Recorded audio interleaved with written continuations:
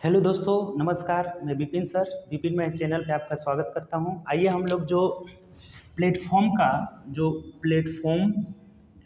Volume 3 है, जो volume 3 उसके हम लोग बुक का डिस्कशन कर रहे हैं, जिसमें हम लोग जो है यही बुक है आपका। इसमें ऑलरेडी जो है 42 नंबर सेट तक देख चुके हैं।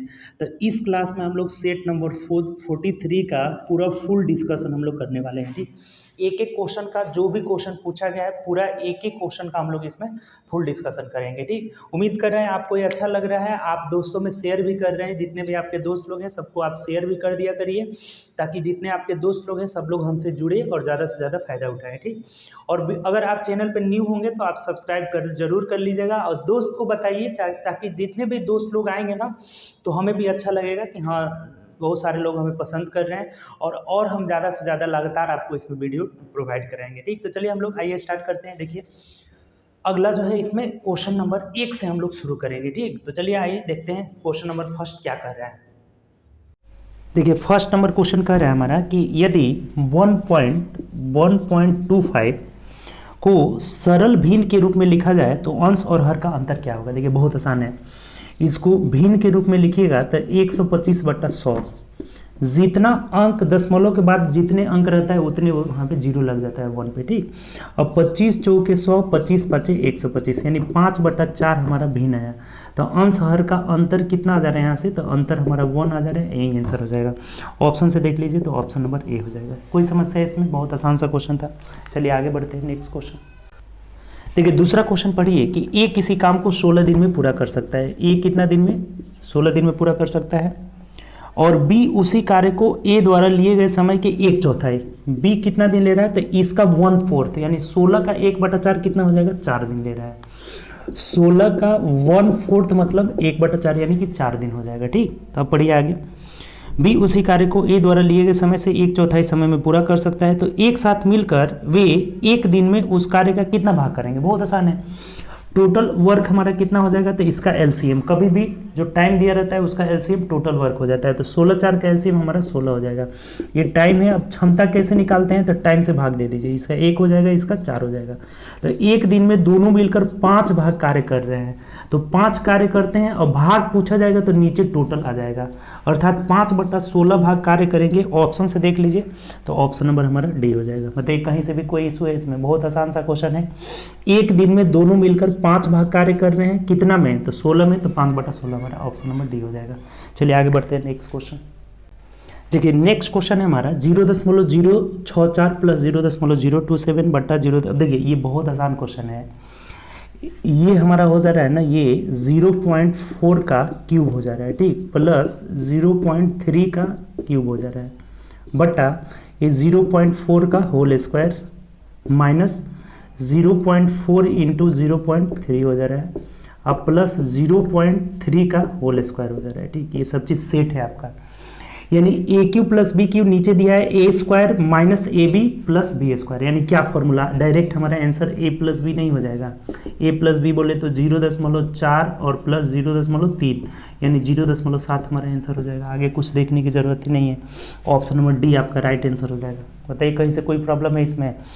ये हमारा हो जा रहा है ऊपर A cube plus B cube. A cube plus B cube का फॉर्मूला होता है A plus B into A square plus minus A B होता है, माइनस ए बी और प्लस बी स्क्वायर होता है। और नीचे हमारा दिया हुआ है A square minus A B plus B square दिया हुआ है। तो इससे ये कट जाएगा, ऊपर सिर्फ बचेगा क्या? ए प्लस बी। तो ए प्लस बी मतलब 0.4 प्लस 0.3 0.7, ऑप्शन नंबर डी हो जाएगा। बहुत आसान सा क्वेश्चन है। चलिए आगे बढ़ते हैं नेक्स्ट क्वेश्चन। देखिए, नेक्स्ट क्वेश्चन 4 नंबर कह रहा है कि 4 अंकों की सबसे बड़ी संख्या निकाले जिसे 6, 12 और 18 से भाग देने पर प्रत्येक दशा में 5 शेष बचे। देखिए, इसका क्या करना होगा? सबसे पहले एलसीएम निकालिए। तो एलसीएम कितना हो जाएगा? 2 तिहाई 6 हो गया आपका। 3 चौके 12, यानी 1 2 ले लेंगे तो 12 भी आ जाएगा। 18 के लिए 1 3 लेना होगा ना, 3 तरीके 4 9 36 हो जाएगा। ठीक, कितना आ गया हमारा? 2 दूनी के 4 9 36 हो जाएगा। 3 तरीके 9 चौके 36 आ गया। अब हमें बोला है कि 4 अंकों की सबसे बड़ी संख्या, यानी कि 4 अंकों की सबसे बड़ी संख्या 9999 को सबसे पहले 36 से भाग देंगे तो 36 दूना 72 हो जाएगा, देख लीजिए शेषफल कितना आ जा रहा है, 9 में से 2 गया 7 गया, 9 में से 2 गया 7, और यहाँ कितना बचा 6 में से यहाँ 9 बचा ना, तो यहाँ भी 9 में से 7 गया 2 हो जाएगा। ठीक, और फिर से ये 9 उतरेगा, फिर कितना मत में जाएगा, तो 3 9 27, 9 मर्त में जाएंगे तो 9 6 ज़्यादा हो जाएगा, यानी कि 8 ही मर्त में जाएगा। तो 8 6 48 कर 8 4 और 8 3 24 और 4 28, 8 में भी ज़्यादा हो जा रहा है, यानी 7 ही में जाएगा। तो 7 6 42 कर 2 हासिल 4 हो जाएगा, 7 3 24, 7 3 21 और 4 25 हो जाएगा, यानी कि 9 में से 2 गया 7, 7 में से 5 गया 2 और यहाँ कट गया, फिर 9 उतरेगा। देखिए यानी कि फिर 27 ही एलसीएम शेष हो जाएगा। हमारा रिमाइंडर कितना गया 27, अर्थात जो हमारी संख्या होगी ना, संख्या इज इक्वल टू 9999 में से 27 जब घटाएंगे तो पूर्णतः विभाजित हो जाएगी। हमें बोला है कि 5 शेष बचाना है, यानी 5 इसमें जोड़ दीजिए, यानी कि 27 में से 5 ये घटाएंगे तो कितना होगा 22 घटा लेना होगा, 9999 में से 22 घटा लेना होगा, यानी कितना हो जाएगा 9 में से 2 गया 7, 9 में से 2 गया 7 और 99 77 जो हो जाएगा हमारा आंसर हो जाएगा। ऑप्शन से मिला लीजिए, 99 77 ऑप्शन नंबर सी में दिया हुआ है। बात क्लियर हुआ इसमें। जब भी हमें पूछे कि इससे तो सबसे पहले इसका एलसीएम निकाल कर यहाँ रिमाइंडर निकाल लेंगे, भाग देकर बड़ी से बड़ी संख्या, तो 27 आ रहा है। अब इसमें से 27 घटाएंगे तो ये पूरी विभाजित हो जाएगा, तो पूरी विभाजित होने वाला नहीं, हमें 5 शेष बचाना है, तो 5 इसमें क्या करेंगे जोड़ देंगे, अर्थात हमारी संख्या होगी कितना 99 77, ऑप्शन नंबर सी हो जाएगा। चलिए आगे बढ़ते हैं। देखिए 5 नंबर क्वेश्चन कर रहे हैं ना कि इसका मान निकालना, ये तो आसानी है जी, गुणा भाग करना है केवल। 7 3 दूना -6/35 हो जाएगा, माइनस सबसे पहले इसको हम क्रिया करेंगे 1/12 हो जाएगा, और माइनस एक कट नहीं रहा है तो ये 4 3 12/35 हो जाएगा।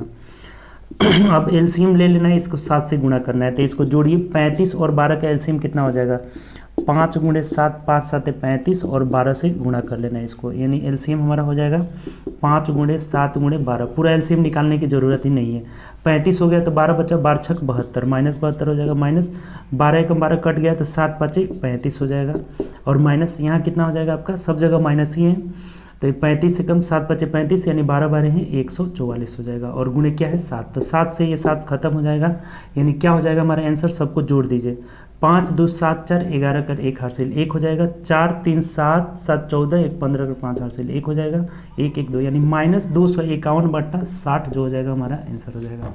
ऑप्शन से मिला लीजिए, -251/60 ऑप्शन नंबर सी में दिया है, तो सी इज द राइट आंसर। कुछ नहीं है, बस कैलकुलेशन करना है। चलिए आगे बढ़ते हैं नेक्स्ट क्वेश्चन।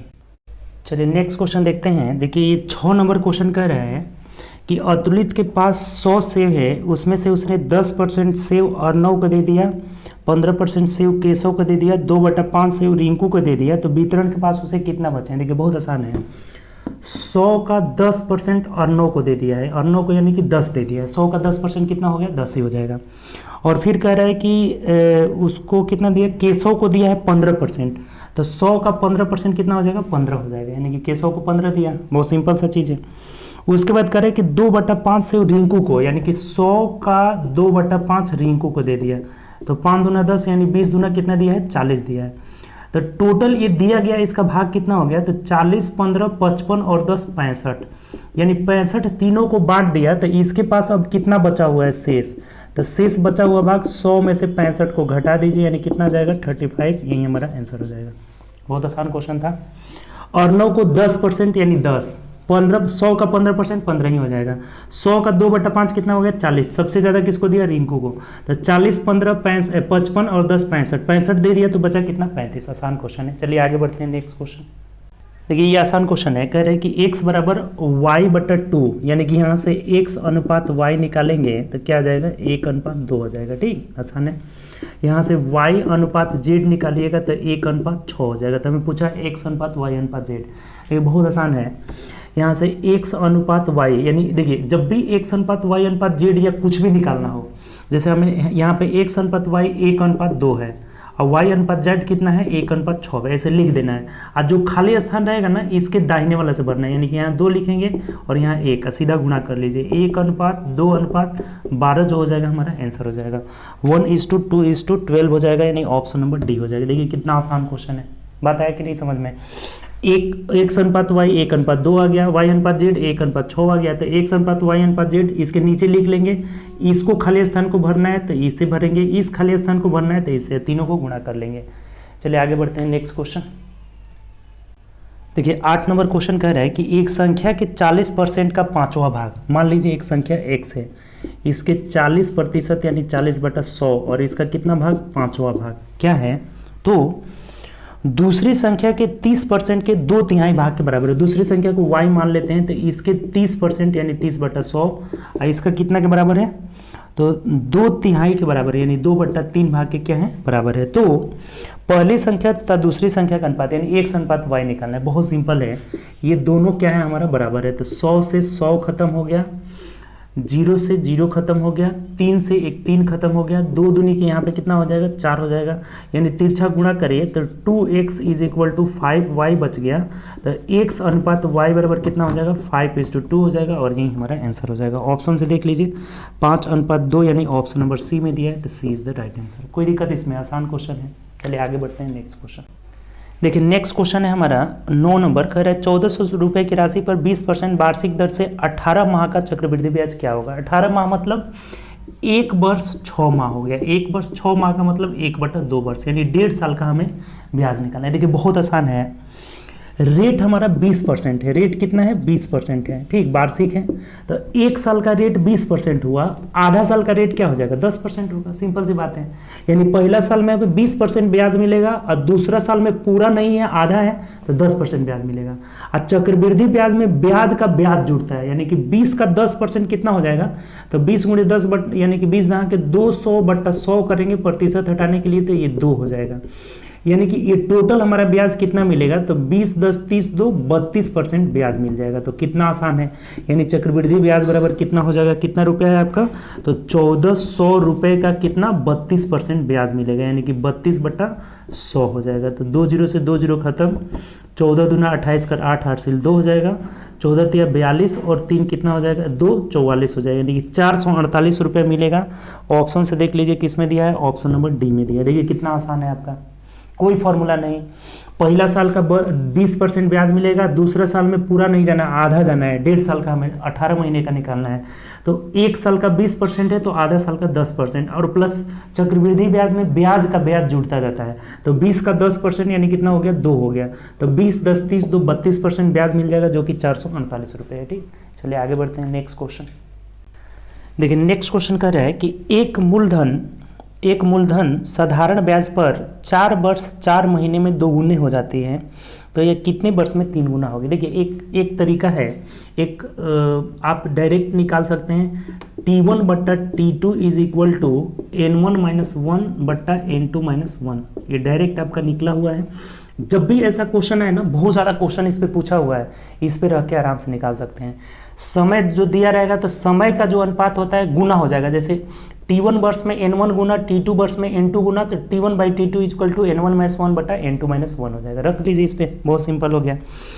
4 वर्ष 4 माह यानी कि 4/4 हो जाएगा। 4 3 12, इसको वर्ष में बदल लेते हैं, तो 4 3 12 1 13/3 हो जाएगा, ठीक। कितना हो जाएगा, 13/3। तो T1 हमारा कितना है, 13/3 और एक T2 हमें पता नहीं है, x मान लेते हैं, बराबर। अब देखिए 4 वर्ष 4 महीने में कितनी गुनी हो रही थी, तो 2 गुनी, तो 2 में से 1 गया, 1 हो जाएगा ऊपर, ठीक, और बट्टा। यहाँ कितनी गुनी पूछा हुआ है, तो ये कितने वर्ष में 3 गुनी हो जाएगी, तो 3 में से 1 जाएगा, कितना हो जाएगा, 2 हो जाएगा। अब सिंपल सा हो गया, तिरछा गुणा कर लीजिए, x का वैल्यू निकालना है, यानी 3x = 26 हो जाएगा। तो x बराबर कितना हो जाएगा, 26/3, यानी 3 8 24 25 26 2/3, यानी 8×2/3 वर्ष में जो है 3 गुना हो जाएगी। तो ऑप्शन से देख लीजिए, ऑप्शन नंबर बी हो जाएगा, ठीक। बताइए बात समझ में आया।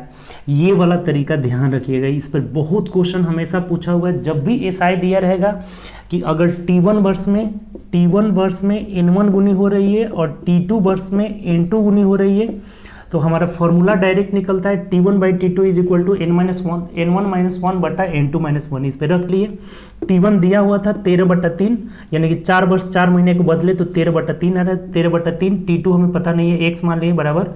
ये 2 गुना हो रहा था, तो 2 में से 1 गया 1, यहाँ 3 गुना होना है, तो 3 में से 1 जाएगा 2, तिरछा गुना करके निकाल लिए। तो 8×2/3 वर्ष, ऑप्शन नंबर बी हो जाएगा, ठीक। चलिए आगे बढ़ते हैं नेक्स्ट क्वेश्चन। देखिए 11 नंबर क्वेश्चन कह रहा है कि एक व्यक्ति 12 रुपये में 8 आम खरीदा, यानी कि CP बराबर हो गया 12/8। कभी भी रुपया ऊपर वस्तु नीचे, ये बात ध्यान रखिएगा, ठीक। कभी भी रुपया ऊपर वस्तु नीचे। तो क्रय मूल्य हमारा हो गया 12 रुपये में 8 की दर से खरीदा, ठीक, और 10 रुपये में 6 की दर से बेच दिया। इसका जो विक्रय मूल्य दिया है 10/6 दिया हुआ है, ठीक। तो उसका लाभ या हानि पर लाभ प्रतिशत निकालना है। देखिए बहुत सिंपल है, क्रय मूल्य विक्रय मूल्य का रेशियो निकाल लेते हैं तिरछा गुणा करके। ये कट रहा है तो कटा भी दीजिए, 4 दूना 8, 4 3 12 हो जाएगा, 2 5 10 हो जाएगा, 2 3 6, यानी 3 तरीके 9:10 हो जा रहा है। इसका मतलब क्रय मूल्य 9 है, विक्रय मूल्य 10, तो लाभ हो रहा है 1 का, किस पर 9 पर, प्रतिशत के लिए क्या करेंगे 100 से गुणा कर देंगे। 11.1/9% का लाभ हो रहा है, यही आंसर हो जाएगा। देखिए कितना आसान है, 11.1/9 यानी कि 100/9 ही दिया है, रहने दीजिए ऐसे ही, 100/9% का लाभ हो रहा है, तो यही हमारा आंसर हो जाएगा। ऑप्शन से मिला लेते हैं तो ऑप्शन नंबर सी हो जाएगा। बताइए कहीं से भी कोई समस्या है इसमें। 12 रुपये में 8 की दर से 12/8 क्रय मूल्य हो गया, बेच रहा है 10 रुपये में 6 की दर से 10/6, कटा करके तिरछा गुणा कर लिए, क्रय मूल्य विक्रय मूल्य का रेशियो आ गया, तो 1 का लाभ हो रहा है किस पर 9 पर, प्रतिशत लाभ के लिए 100 से गुणा कर दिया, ठीक। चलिए आगे बढ़ते हैं नेक्स्ट क्वेश्चन। देखिए 12 नंबर क्वेश्चन कह रहा है कि किसी त्रिभुज के तीनों कोण का अनुपात 2:3:4 है। तो बहुत आसान क्वेश्चन है, कह रहा है कि सबसे बड़े कोण की मान डिग्री में निकालें।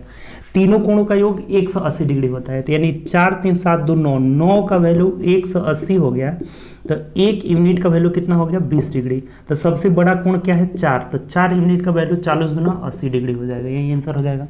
ऑप्शन से देख लीजिए, 4 दूना 8, 80 डिग्री हो जाएगा, ऑप्शन नंबर डी हो जाएगा। बहुत आसान क्वेश्चन था, ठीक। चलिए आगे बढ़ते हैं नेक्स्ट क्वेश्चन।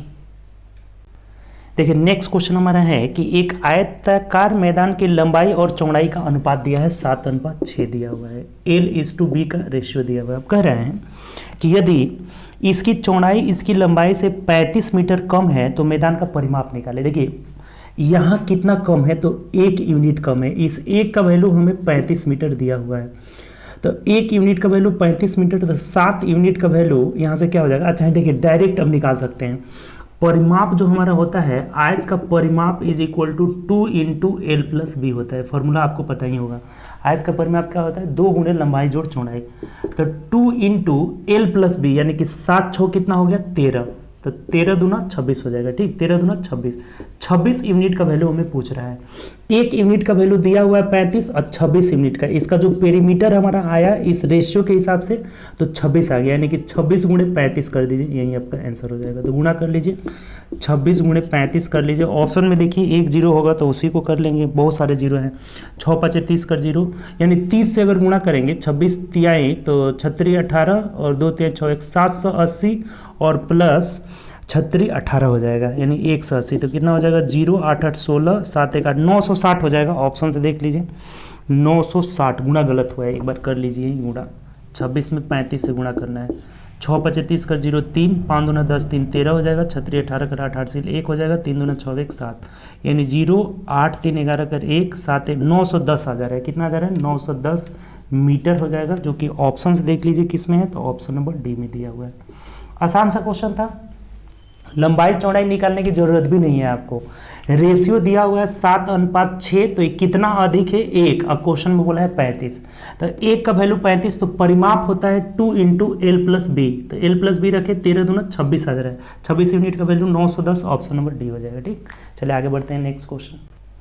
देखिए नेक्स्ट क्वेश्चन कह रहा है कि जब पानी को बर्फ में बदला जाता है तो इसके आयतन 10% बढ़ जाता है, यानी कि अगर वॉल्यूम पहले अगर 100 था तो अब बढ़ करके कितना हो गया 110 हो गया। अब कह रहा है कि यदि बर्फ को फिर पानी में बदला जाए तो इसके आयतन में कितने % की कमी होगी। देखिए आसान सा क्वेश्चन है, 10 बढ़ा हुआ है, तो जब इसको जब ये बोला हुआ है कि जब किसी पानी को बर्फ में, ये पानी को जब हम बर्फ में बदले हैं बर्फ में, तो इसका आयतन बढ़ गया 10%। अब बर्फ को पानी में बदलेंगे तो ये घटेगा, तो कितना घटेगा तो 10 घटेगा, और जब भी घटेगा तो किस में, बड़े वाले मान में, तो बड़े वाले मान को नीचे रखना होगा, प्रतिशत के लिए 100। आसान सा क्वेश्चन है, 0 से 0 कट गया, यानी कि 100/11 हो जाएगा। ऑप्शन से देखिए ऐसा ही दिया है क्या, 100/11 ही दिया हुआ है, ऑप्शन नंबर डी में दिया हुआ है। बताइए कोई समस्या है इसमें, कितना आसान सा क्वेश्चन है। जब ये पानी से बर्फ बन रहा है तो 10% बढ़ रहा है, तो जब बर्फ से पानी बढ़ेगा तो 10 घटेगा, और किस पर, तो 110 पे, प्रतिशत के लिए 100, यानी 100/11 हो जाएगा, ऑप्शन नंबर डी हो जाएगा, ठीक। चलिए आगे बढ़ते हैं नेक्स्ट क्वेश्चन। चलिए नेक्स्ट क्वेश्चन हमारा कह रहा है कि 30 दिन वाले एक महीने के लिए दुकानदार द्वारा अर्जित माध्य दैनिक लाभ यानी औसत की ही बात कर रहा है। माध्य दैनिक लाभ कितना है 450 है। यदि पहले 20 दिनों के लिए माध्य लाभ 300 है तो अंतिम देखिए 30 टोटल दिन है, इसको कैसे तोड़ना है तो 20 + 10, क्योंकि प्रथम 20 और अंतिम 10 की बात किया हुआ है। इसका जो माध्य हमें दिया हुआ है कितना दिया हुआ है आपका तो 450 दिया हुआ है, ठीक टोटल का। अब 20 का प्रथम 20 का कितना दिया हुआ है 300 दिया हुआ है, और अंतिम 10 का पता नहीं है, x मान लेंगे। देखिए कितना आसान हो गया। अब ये दोनों ओर 0 0 है तो ये कॉमन लेकर कटा भी सकते हैं, छोटा हो जाएगा। तो ये कितना हो जाएगा हमारा, गुणा कर लीजिए 0 5 3 15 5 8 से 1 4 3 12 1 13 1350, ये इधर आएगा तो माइनस हो जाएगा 600 = x हो जाएगा, यानी x = कितना हो जाएगा हमारा तो 750 हो जाएगा। 0 5 यहाँ 750 रुपये था। ऑप्शन से देख लीजिए 750 ऑप्शन नंबर डी में दिया है, तो D is the right answer. देखिए कितना आसान सा क्वेश्चन है। 30 दिन 20 दिन 10 दिन टोटल ये 30 दिन का मंथ था, तो इसका एवरेज या फिर माध्य 450 दिया था, इसका माध्य 300 दिया था, इसका माध्य पता नहीं था तो x मान लिए। अब ये कट रहा है तो कटा भी सकते हैं, गुणा कर लिए 1350 माइनस ये 600 हो जाएगा बराबर x बराबर कितना आ गया 750। ऑप्शन नंबर डी हो जाएगा, ठीक। चलिए आगे बढ़ते हैं नेक्स्ट क्वेश्चन। चलिए नेक्स्ट क्वेश्चन हमारा कह रहा है कि x/2 x/3 x/4 तथा x/6 का माध्य 6 है तो x का मान। अब देखिए माध्य बराबर क्या होता है, माध्य या औसत बराबर होता है ना, माध्य बराबर प्रेक्षणों का योग बट्टा प्रेक्षणों की संख्या, माध्य बराबर योग बट्टा संख्या हो जाता है। यानी सबको जोड़ दीजिए ऊपर और जितनी संख्या में है उसे भाग दे दीजिए, बहुत सिंपल। तो सबसे पहले तो सबको जोड़िए और संख्या क्या गो है 1 2 3 4 5 5 से भाग दे दीजिए और बराबर कितना आ रहा है 6 आ रहा है। इसका मतलब योग हमारा 6 × 5 = 30 हो जाएगा। इसको हटा करके लिख देते हैं बराबर 30 कर लेते हैं, कोई समस्या नहीं। यहाँ से एलसीएम हमारा कितना हो जाएगा तो 12 हो जाएगा। 2 × 6 = 12 यानी 6, x सब में है ना तो x कॉमन ही ले लीजिए, कोई दिक्कत नहीं है। 2 × 6 = 12 यहाँ हो जाएगा 12 प्लस 3 × 4 = 12 प्लस 4 × 3 = 12 प्लस 6 × 2 = 12 हो जाएगा, ठीक। बराबर कितना है इधर 30 है।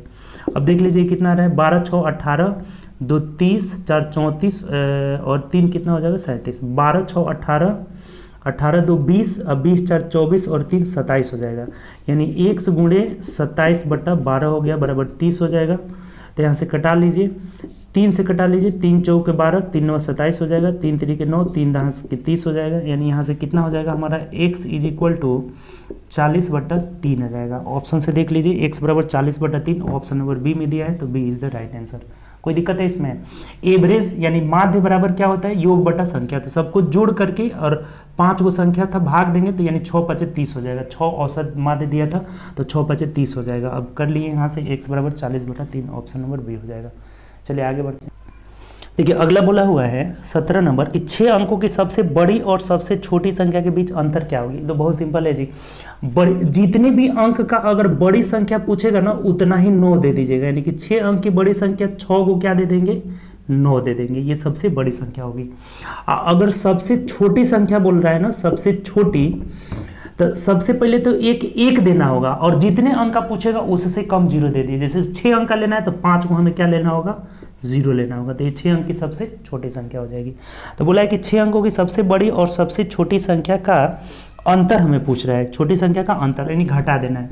तो 9 9 9 9 9 और यहाँ 8 हो जाएगा, यानी 8 पर 5 × 9 हो जाएगा। तो ऑप्शन से देख लीजिए 8 5 × 9 किस में है, तो ऑप्शन नंबर सी में दिया है, तो सी इज द राइट आंसर। ये तो बहुत आसान क्वेश्चन है, ठीक। चलिए आगे बढ़ते हैं नेक्स्ट क्वेश्चन। देखिए 18 नंबर को बोला है कि 49, इसका भी वैल्यू हमें निकालना है, बहुत आसान है, ठीक।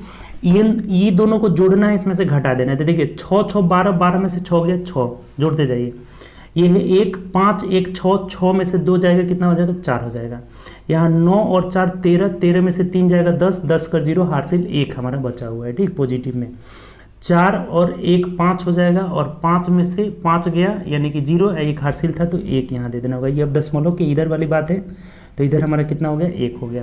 6 में से 2 गया 4 यानी 41.046 हो जाएगा, 41.046। ऑप्शन से देख लीजिए तो ऑप्शन नंबर बी में दिया है, तो B is the right answer. कितना आसान सा क्वेश्चन है। या फिर ज़्यादा प्रॉब्लम होता है तो इसको ऐसे लिख करके खड़ा लिख कर जोड़ घटाव कर दीजिए, कोई दिक्कत नहीं है, ठीक। तो ऑप्शन हमारा बी हो जाएगा। चलिए आगे बढ़ते हैं। चलिए 19 नंबर क्वेश्चन हमें कह रहा है ना कि साइन ए बराबर ए बाई बी। देखिए ये दिया हुआ है कि sine A is equal to A by B हमें दिया हुआ है, ठीक। तो कह रहा है कि कॉस ए बराबर क्या होगा, यहाँ से कॉस ए का मान पूछा हुआ है। देखिए बहुत सिंपल है, आपको पता होगा कि sine A square theta plus cos A square theta is equal to 1 होता है। यानी अगर कॉस ए स्क्वायर का मान निकालना हो तो cos A square theta is equal to cos A square theta is equal to 1 minus sine A square theta.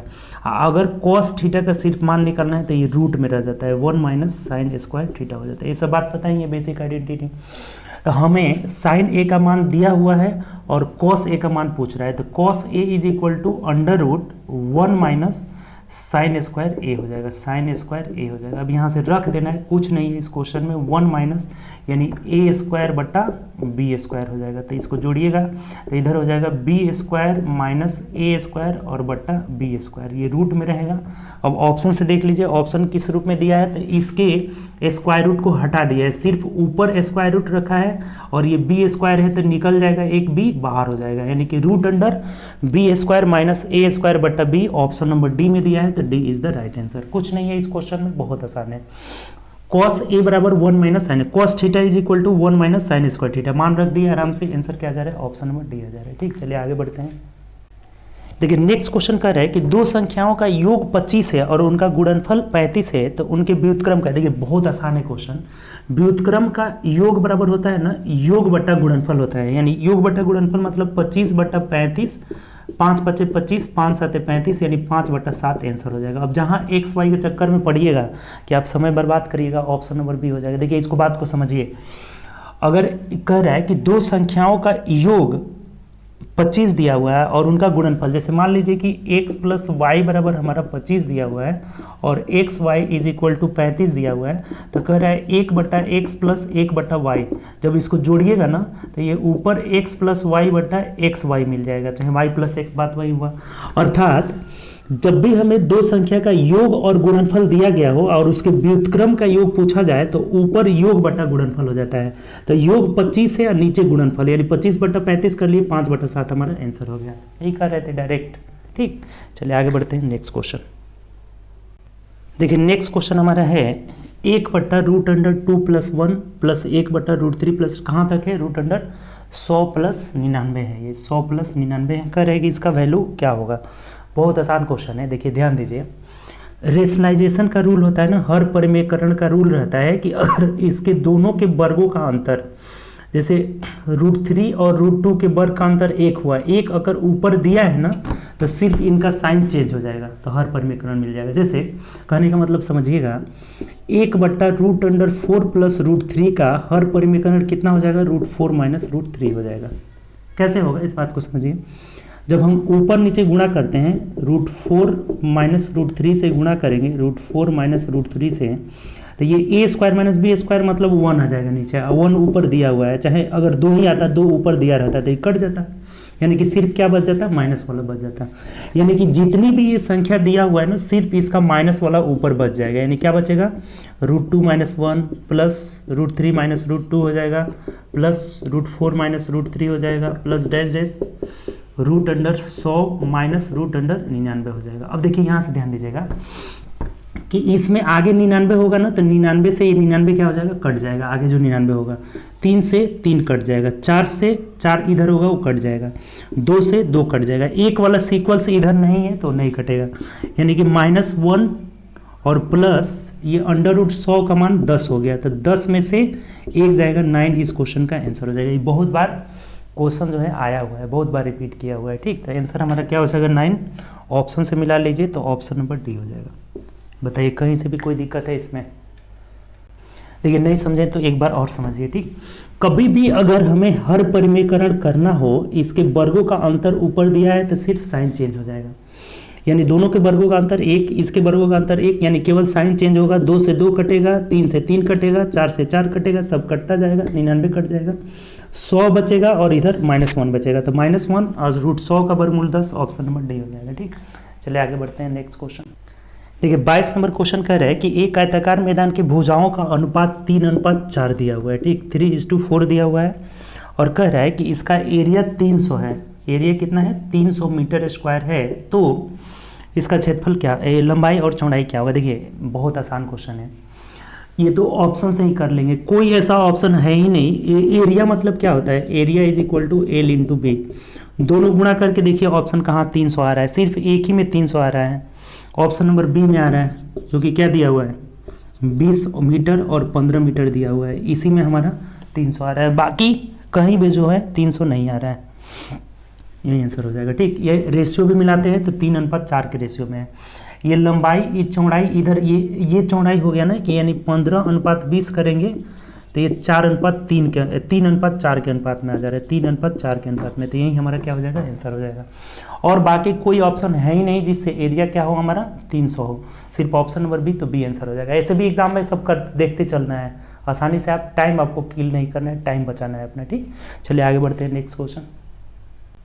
देखिए नेक्स्ट हमें कह रहा है कि tan alpha is equal to 1/x है, तो sin alpha plus cos alpha का मान निकालना है। तो बहुत आसान है जी, tan थीटा बराबर हो जाता है p/b हो जाता है, तो h बराबर हो जाएगा √1 + x² हो जाएगा। तो अब मान रख दीजिए sin थीटा बराबर p/h यानी 1/, अच्छा दोनों का इसका वैल्यू होता है, चलिए एक बार लिख ही देते हैं, sin थीटा बराबर p/h यानी 1/√1 + x² हो जाएगा, प्लस cos थीटा बराबर b/h यानी x/√1 + x² हो जाएगा। तो एलसीएम दोनों का सेम है 1 + x², तो ये हो जाएगा हमारा 1 + x हो जाएगा, यही आंसर हो जाएगा 1 + x/√1 + x², option number B हो जाएगा। तो B is the right answer. कोई दिक्कत है इसमें, tan थीटा बराबर p/b, एच का मान निकाल के इसमें रख दिए, p/h b/h दोनों को जोड़ दिए, कितना आ जा रहा है 1 + x/√1 + x², option number B हो जाएगा। ठीक, चलिए आगे बढ़ते हैं नेक्स्ट क्वेश्चन।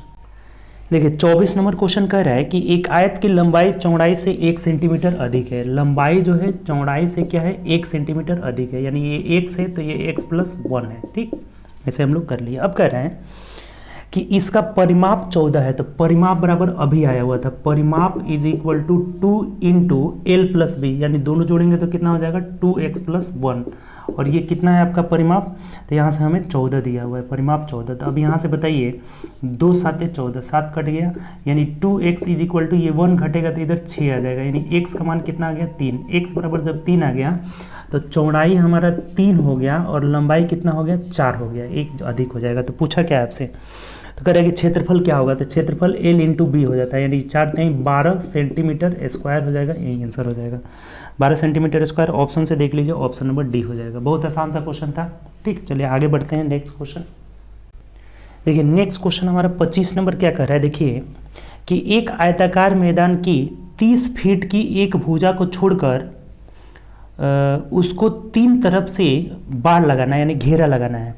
यदि मैदान का क्षेत्रफल 690 स्क्वायर फीट है तो कितने फीट बाड़ की आवश्यकता होगी, घेरा की आवश्यकता होगी। देखिए ये आसानी सा क्वेश्चन है, इसका एक जो है भुजा हमें दिया हुआ है, अब वो लंबाई है कि चौड़ाई है ये पता नहीं है, हमें दिया हुआ है कि एक भुजा 30 फीट है, 30 कैसे पता चला कि चौड़ाई है, तो इसका जो एरिया दिया हुआ है ना, एरिया वो कितना दिया है हमारा 690 दिया हुआ है, और एरिया बराबर l × b, यानी एक भुजा अगर 30 दिया हुआ है तो 30 से इसको भाग देंगे तो लंबाई यहाँ से निकल जाएगा, 0 से 0 हो जाएगा, और 3 दूना 6, 3 3 9, यानी कि ये लंबाई नहीं चौड़ाई, हमारा चौड़ाई 23 हो गया और लंबाई कितना हो गया 30 हो गया।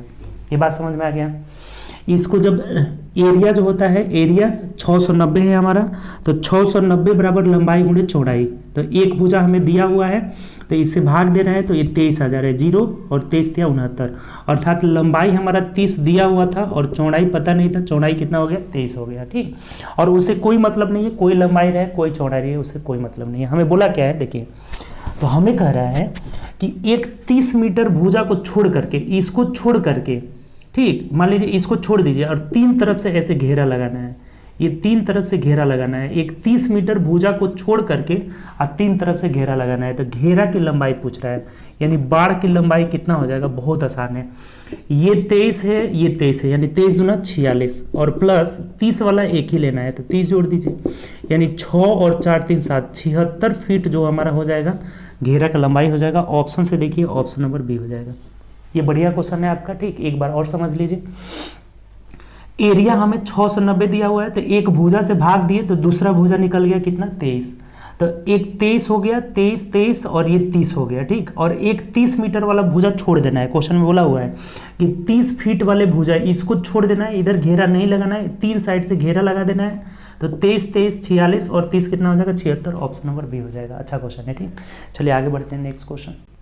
देखिए नेक्स्ट क्वेश्चन हमारा कह रहा है कि लखनऊ शताब्दी एक्सप्रेस दिल्ली से 1:30 अपराह्न 1:30 PM, अपराह्न मतलब PM में चलती है और निकलती है और 10:30 बजे अपराह्न लखनऊ पहुंच जाती है। देखिए दिल्ली से चली है और लखनऊ पहुंच जाती है कितना 10:30 PM में ही पहुंच जाती है। तो कितना समय ली, तो एक के बाद 2 3 4 5 10 घंटा ली ये समय, ठीक। 1 बजे 1:30 में निकली, 10:30 में पहुंच गई, यानी कितना घंटा समय ली 10 घंटा समय ले लिया आपका, ठीक। तो अब कह रहा है कि यदि रेलगाड़ी की चाल 900 है, रेलगाड़ी 1 मिनट रुक जाइए, 1:30 में चली थी ना, तो 2 3 4 5 6 7 8 9 10 यानी 9 ही घंटा ले लीजिए। सॉरी यहाँ पे कितना घंटा लिया आपका 9 घंटा ही ली समय, ठीक। 10 घंटा नहीं लिया। एक तो हो गया ना 2 3 4 5 यानी 9 घंटा समय लिया। और कितना चाल से गई है 90। ये तो आसान है जी। चाल बराबर दूरी बराबर क्या होता है, पूछ रहा है कि दिल्ली से लखनऊ की दूरी बताए क्या हो जाएगा। तो दूरी बराबर चाल, किस चाल से जा रही है 90 की चाल से जा रही है और कितने घंटे में 9 घंटे में। तो 9 9 81 यानी 810 किलोमीटर जो हो जाएगा दिल्ली से और लखनऊ की दूरी हो जाएगा। ऑप्शन से देख लीजिए, ऑप्शन नंबर डी हो जाएगा। बहुत आसान सा क्वेश्चन है। 1 PM में चली थी, 10 PM में पहुंची, यानी कि 9 घंटा का टोटल समय लिया और किस चाल से जा रही है 90। तो 9 9 81 ऑप्शन नंबर डी हो जाएगा, ठीक। चलिए आगे बढ़ते हैं। चलिए अगला बोला हुआ है 27 नंबर की एक मोटर कार अपनी यात्रा की पहली आधी दूरी 30 की चाल से, जैसे 2 दूरी जा रहा है, दोनों डिस्टेंस सेम है, ये 30 मीटर पर सेकंड 30 किलोमीटर पर आवर की चाल से जाता है और ये डिस्टेंस किसने की चाल से जाता है, तो 50 किलोमीटर पर आवर की चाल से जाता है। तो बोला है हमें कि उसका औसत चाल निकालें। देखिए कितना आसान है। अगर दोनों डिस्टेंस सेम है या फिर x की चाल से जा रहा है y की चाल से आ रहा है, तो आपको एवरेज स्पीड क्या बताए थे 2xy बट्टा x प्लस वाई होता है। इसको एकदम रट जाइएगा, ठीक। कभी भी कोई x की चाल से जाए y की चाल से आए या फिर दो समान दूरी को x y की चाल से जा रहा हो, तो एवरेज स्पीड क्या होगा 2xy बट्टा x प्लस वाई। यानी यहाँ से हमारा इसका एवरेज स्पीड हो जाएगा 2 गुणे x का मान 30 है, y का मान 50 है और बट्टा x प्लस वाई मतलब 80 हो जाएगा। 0 से 0 खत्म, 2 चौके 8 हो जाएगा, यानी कितना हो गया आपका, अब नहीं कटेगा। तो 150 बट्टा कट जाएगा ना, ये 2 दूनी के 4, 2 से 15 हो जाएगा। तो 15 पचे 75 बट्टा 2 का मतलब 37.5 किलोमीटर पर आवर ही जो हो जाएगा इसका एवरेज स्पीड हो जाएगा। ऑप्शन से देख लीजिए 37.5 ऑप्शन नंबर बी में दिया है। कितना आसान सा क्वेश्चन है, ये याद रखिएगा। कभी भी सेम डिस्टेंस को कवर करे या फिर x की चाल से जाए y की चाल से आए, 2xy बट्टा x प्लस वाई हो जाएगा, ठीक। चलिए आगे बढ़ते हैं नेक्स्ट क्वेश्चन।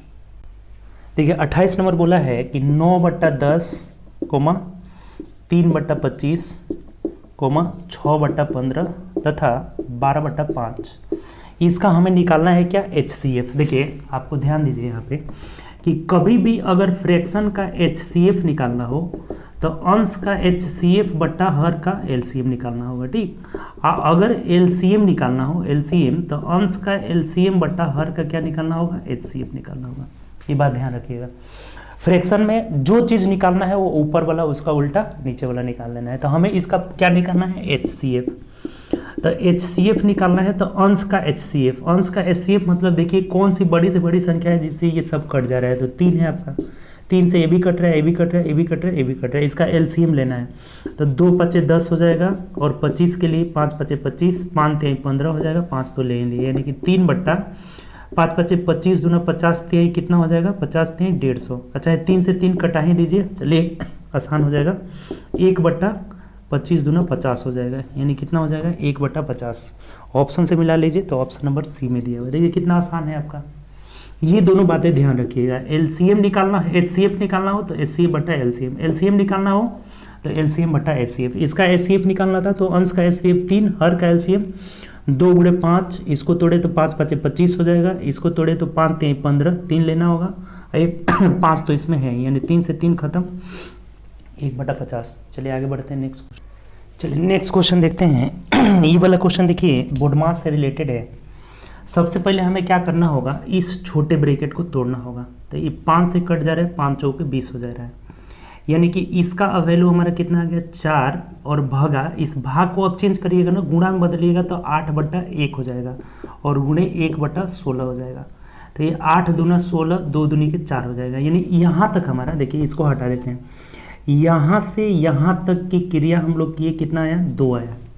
तो 2 - 8 का पहले अब क्रिया करना होगा, क्योंकि ये क्या है हमारा ब्रैकेट में है। तो ये माइनस का 6 आ जाएगा और गुणा करना है किससे, 2 से करना है। यानी कि यहाँ तक आपका आ गया कितना आपका, तो -12 आ गया। ठीक, अब माइनस माइनस से प्लस हो जाएगा, यानी पूरा लिख देते हैं तो 25 + 20 + ये 12 हो जाएगा। ठीक, तो यानी कितना हो जाएगा, 5 2 7 और 2 2 4 1 5, यानी 57 जो हो जाएगा हमारा आंसर हो जाएगा। ऑप्शन से मिला लीजिए किस ऑप्शन में दिया है। बहुत आसान क्वेश्चन है। सबसे पहले इसमें छोटा कोष्ठक को तोड़ते हैं, बीच वाला छोटा कोष्ठक को तोड़े, उसके बाद से इस छोटा कोष्ठक को, फिर मझौला कोष्ठक, बड़ा कोष्ठक तोड़ दिए, कितना रहा 57। ऑप्शन नंबर डी हो जाएगा। ठीक, कोई दिक्कत है इसमें, आसान सा क्वेश्चन था। चलिए आगे बढ़ते हैं नेक्स्ट क्वेश्चन। देखिए 30 नंबर क्वेश्चन है हमारा कि दो संख्याओं का अनुपात 5:6 है। ठीक, कितना है 5:6 है।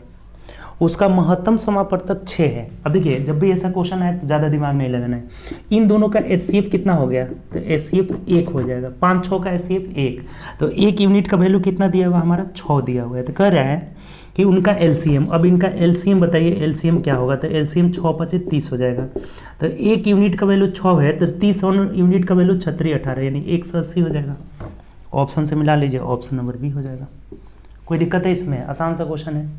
इन दोनों का HCF हमारा कितना हो गया 1 हो, तो 1 यूनिट का वैल्यू 6 दिया है, तो LCM दोनों का 30 हो गया, 30 यूनिट का वैल्यू 180। ऑप्शन नंबर बी हो जाएगा। कोई दिक्कत ही नहीं इसमें। चलिए आगे बढ़ते हैं नेक्स्ट क्वेश्चन। चलिए नेक्स्ट क्वेश्चन हम लोग देखते हैं। अब देखिए 31 32 33 34 जो इस पे क्वेश्चन है सब हमारा पाई चार्ट से रिलेटेड है। पाई चार्ट देखिए बिल्कुल आसान है। कह रहा है यहाँ पे कि नीचे दिए गए पाई चार्ट पर व्यवसाय से जुड़े हुए विभिन्न खर्चों को दर्शाया गया है, तो पाई चार्ट का अध्ययन करें और उस पर आधारित क्वेश्चन का उत्तर। देखिए मुद्रण का व्यय 30%, परिवहन 2%, कागज 18%, विविध ये सब दिया हुआ है। ठीक, अब क्वेश्चन करिए डायरेक्ट। देखिए 31 नंबर क्वेश्चन क्या कर रहा है, यदि लेखक रॉयल्टी की राशि 24,000 है। अब देखिए लेखक की रॉयल्टी कितनी है 24%, यानी कि 24% का वैल्यू अगर 24,000 है, तो हमें क्या पूछा हुआ है कि कागज़ पर आने वाली खर्च 18% का 18,000 हो गई। तो पेन भी नहीं लगाना है, आसानी से क्वेश्चन हो जाएगा। अगर 24% का वैल्यू 24,000 है तो 18% का वैल्यू 18,000, यानी ऑप्शन नंबर क्या हो जाएगा सी हो जाएगा। बहुत आसान क्वेश्चन है। ठीक, चलिए आगे बढ़ते हैं नेक्स्ट क्वेश्चन।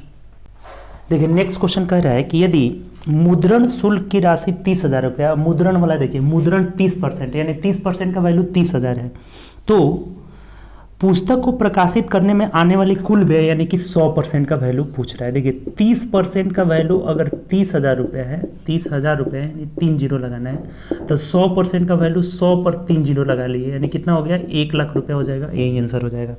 ऑप्शन से देख लीजिए 1 लाख ऑप्शन नंबर ए में दिया है, तो ए इज द राइट आंसर। बहुत आसान सा क्वेश्चन है। मुद्रण 30% का वैल्यू 30,000 दिया है, तो 100% का वैल्यू 100 पर 3 जीरो लगा लेंगे, यानी कि 1 लाख रुपया। ऑप्शन नंबर ए हो जाएगा। ठीक, चलिए आगे बढ़ते हैं नेक्स्ट क्वेश्चन।